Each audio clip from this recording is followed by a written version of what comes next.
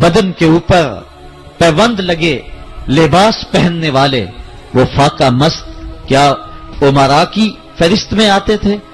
हमें तो वो कहानी भी इस्लाम की गुर्बत की याद आती है कि जब उहद के अंदर 70 शहीदों के लाशें पड़े हुए हैं तो हजरत सफिया हुजूर की फुफ्फी अपने भाई हमजा के लिए 2 चादरें लेकर के कफन की आती है। तो हुजूर अलैहिस्सलाम ने फरमाया कि जिस कब्र में हमजा को दफन किया जाए उसी कब्र में मुसअब बिन उमैर को भी कफन दिया जाए और दफन किया जाए। और कहा मेरे चचा के लिए उसकी जो बहन मेरी फुफ्फो जो 2 चादरें ले आई है, कहा एक चादर हम मुसअब बिन उमैर को देंगे। ये मुसअब बिन उमैर कौन है? तारीख पढ़ो, कितनी दिल आवेज तारीख है। मक्के में एक अमीर तरीन खातून है जिसके बेटे का नाम मुसअब है और वो अपने बेटे को इतना खूबसूरत लिबास पहनाती है और इतने खूबसूरत खुशबू और अतर उसको लगाती है कि मुसअब बिन उमैर जिन गलियों से गुजरते थे देर तक वो गलियां महकती रहती थी। लोग कहते थे यहां से मुसअब गुजर के गया होगा इसलिए ये गलियां महक रही हैं।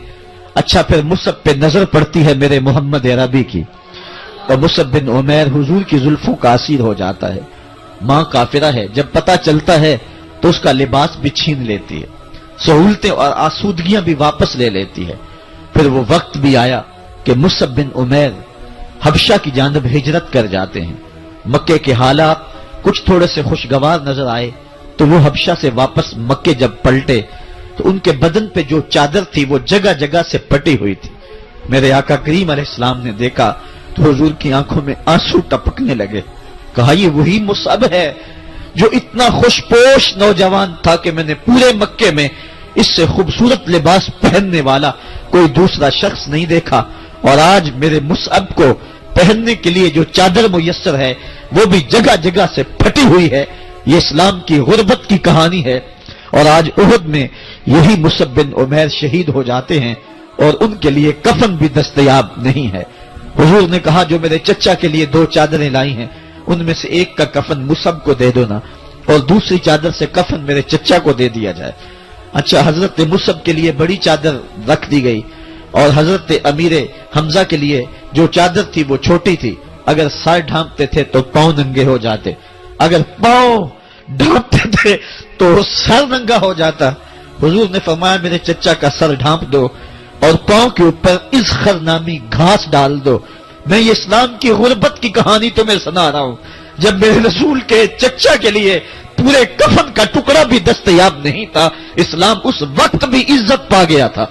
इस्लाम उस वक्त भी जलील नहीं था, इस्लाम उस वक्त भी सरबुलंद था और इस्लाम उस वक्त भी इज्जतों की मसनद पे था। ये इस्लाम का वो दौर है कि जब हुजूर मस्जिद नबवी से बाहर निकलते हैं तो आगे हजरत उमर व अबू बकर रज़ी अल्लाह ताला अन्हुमा खड़े हैं। चेहरे के ऊपर अजीब उदासी है। कहा उमर अबू बकर इस वक्त क्यों खड़े हो? अर्ज की हुजूर भूख ने घर में टिकने नहीं दिया। हमने चाहा हुजूर का चेहरा देख लें तो कुछ प्यास बुझ जाए, कुछ भूख मिट जाए। हुजूर ने फरमाया मेरा हाल भी यही है। जिस चीज ने तुझे घरों से निकाला है वही चीज मुझे घर से निकाल लाई है। चलते हुए हजरत अबू अय्यूब अंसारी के घर के करीब से गुजरे।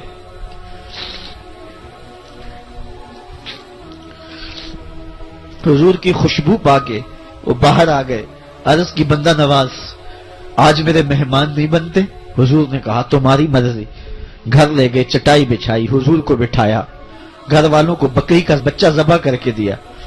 कहा जल्दी जल्दी खाना तैयार करो, मेरे आका को भूख लगी होगी। ये कह के वापस आए, हुजूर के पास बैठे, नजर चेहरे पे पड़ी तो घबरा गए। नकाहत के आसार इतने वाजे थे कि समझ आ रही थी कितने दिनों से हुजूर ने कुछ नहीं खाया। उठ के बाग में चले गए, खजूरों का खोशा तोड़ा, हुजूर के सामने रखा। कहा बंदा नवाज जब तक खाना तैयार नहीं होता ये खजूरें तनावुल फरमाएं। थोड़ी देर के बाद खाना दस्तरखान पे लग गया। हुजूर से अर्ज की गई हुजूर आए खाना तनावुल करने। हुजूर ने दस्तरखान पर तशरीफ फरमा हो करके हुजूर ने कपड़ा उठाया तो हुजूर ने जब देखा कि खाना है तो हुजूर ने एक रोटी ली और चंद बोटियां उठाई اور ایک خادم کو بلا کر کے کہا جاؤ ہمارے گھر لے آؤ، میری بیٹی فاطمہ کتنے دنوں سے بھوکی۔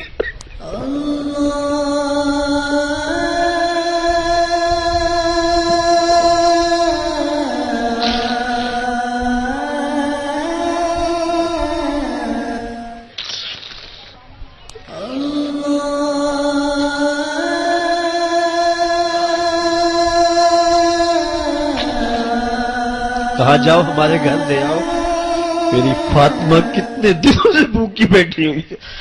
مال کے کونین ہیں، گو پاس کچھ رکھتے نہیں، دو جہاں کی نعمتیں ہیں ان کے خالی ہاتھ میں۔